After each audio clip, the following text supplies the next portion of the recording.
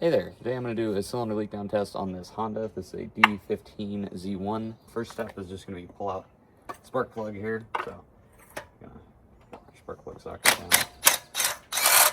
drop that down out of there, pull that spark plug out. Doesn't look too terrible. And then we are going to go grab our cylinder leakage test, or really, first we're going to find a long extension, stick it down in there, find top dead center on this cylinder, and then we're going to stick our leak down tester in there and test it. Okay, so the best way to tell top dead center on these is you look over there at the points, and wherever the point is looking at, that's where it's going to spark. That's the cylinder it's going to spark on. And then you take a long screwdriver, set it down in there, and you spin over the crank a little bit down there with a 17 millimeter, at least on these engines, and wherever it stops for a second, that's top dead center there. So you're going to stick your cylinder leakage tester on that cylinder, and you're going to pump compressed air into it. Okay, so here's the cylinder leakage tester. This port over here, this is where you're going to put your shop air, your compressed air, and then over here is where you're going to put your adapter for a cylinder compression kit. You're just going to click it on there, click it there, and then you're going to fine tune this little knob here. You're going to let it go up to, I don't know, maybe 100 psi if you want, and then you're going to see what the cylinder over here actually holds.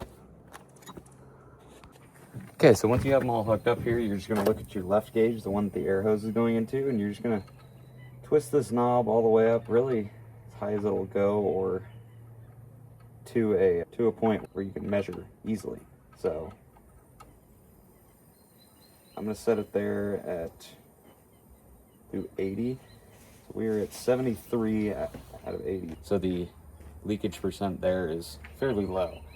Ideally, you would go all the way up to 100 psi, and then you just, if it was 80%, then you know 20% leakage.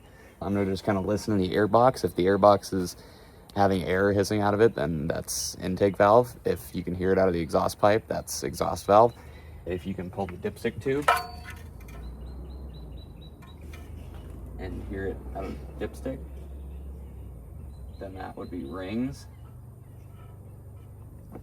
Okay, now in the firing order, I've got cylinder number 2, and I've got 80 psi pumped into it, and it's at 75 psi on the other gauge, so about 5 psi difference there. I'll calculate out the percentages here in a minute and let you guys know. Okay, so here we are on cylinder 1. We are at 80 this time, and we are only at 69 psi on the other gauge, so I'll write that down and I'll calculate out the percentages there. On all these, I pull out the dipstick a little bit and I hear a little bit of air. So 256,000 miles, obviously rings are, you know, they're going. On this cylinder though, I actually hear the slightest little bit out of the exhaust also. Not really a whole lot, but just the slightest little bit. Okay, so here we are on the last cylinder, which is cylinder number 3. And we are at 75 on one gauge, 80 on the other. So pretty much the same as cylinder number 2 and 4. And cylinder number 1 seems to be the issue. So anyway, I'm going to calculate out percentages and I'll let you guys know. Okay, so I went ahead and calculated it out, and cylinder number 4 had 9% leakage, cylinder number 2 and cylinder number 3 both had 7% leakage, and cylinder number 1 had 14% leakage. So overall, it's not terrible, but there is a significant amount more leakage out of cylinder number 1, and I could hear it out of the exhaust, which kind of indicates an exhaust valve problem, unfortunately. And the issue I'm having is this car won't pass smog.